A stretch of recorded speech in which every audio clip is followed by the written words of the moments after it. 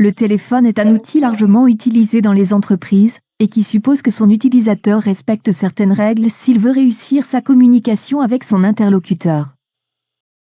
Avant de transmettre un message par téléphone, le vendeur doit le préparer en complétant une fiche d'appel téléphonique, identification du récepteur, analyse de la situation, rédaction brève du message et des points importants à préciser.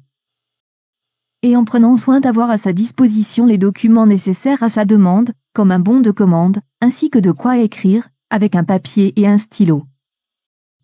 Pendant la communication, il lui est conseillé de mettre en pratique la méthode CROC, c'est comme contact, il faudra saluer, présenter l'entreprise, puis soi-même puis demander l'interlocuteur désiré. R comme raison, dans cette étape, il faudra accrocher l'interlocuteur en lui exposant la raison de l'appel. O comme objectif, ici il faudra développer ses idées en donnant davantage de renseignements pour arriver à un résultat, et enfin c'est pour conclusion, il sera nécessaire de reformuler puis de remercier et saluer l'interlocuteur. Durant l'appel, vous devrez faire preuve d'un comportement verbal et non verbal correct, en évitant l'utilisation de mots trop négatifs, familiers ou encore trop techniques, et en se montrant poli, en contrôlant le ton de sa voix, l'impatience, l'embarras, la colère, l'indifférence s'entendent au téléphone, tout comme le sourire, en adoptant une intonation et un débit de voix modéré, et en articulant clairement, écoutant activement son interlocuteur.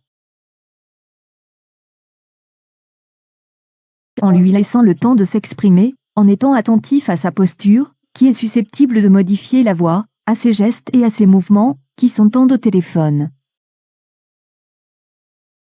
Lors de la réception d'un appel téléphonique, on utilise plutôt la méthode CERC.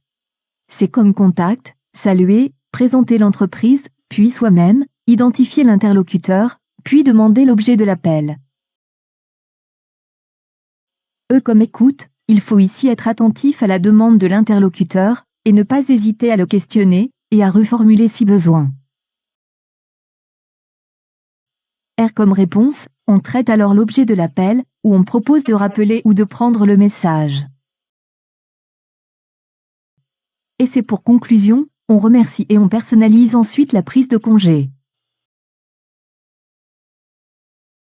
Une bonne réception passe par un bon accueil, celui-ci reposant sur 3 principes, la rapidité, ne pas dépasser 3 sonneries pour décrocher, la politesse, saluer, se présenter et présenter l'entreprise dès la prise du combiné, prendre congé en fin de conversation, attendre que l'interlocuteur ait raccroché pour reposer le combiné, car c'est l'émetteur qui raccroche en premier, l'efficacité, répondre de façon satisfaisante à l'interlocuteur, et lui laisser la possibilité de laisser un message.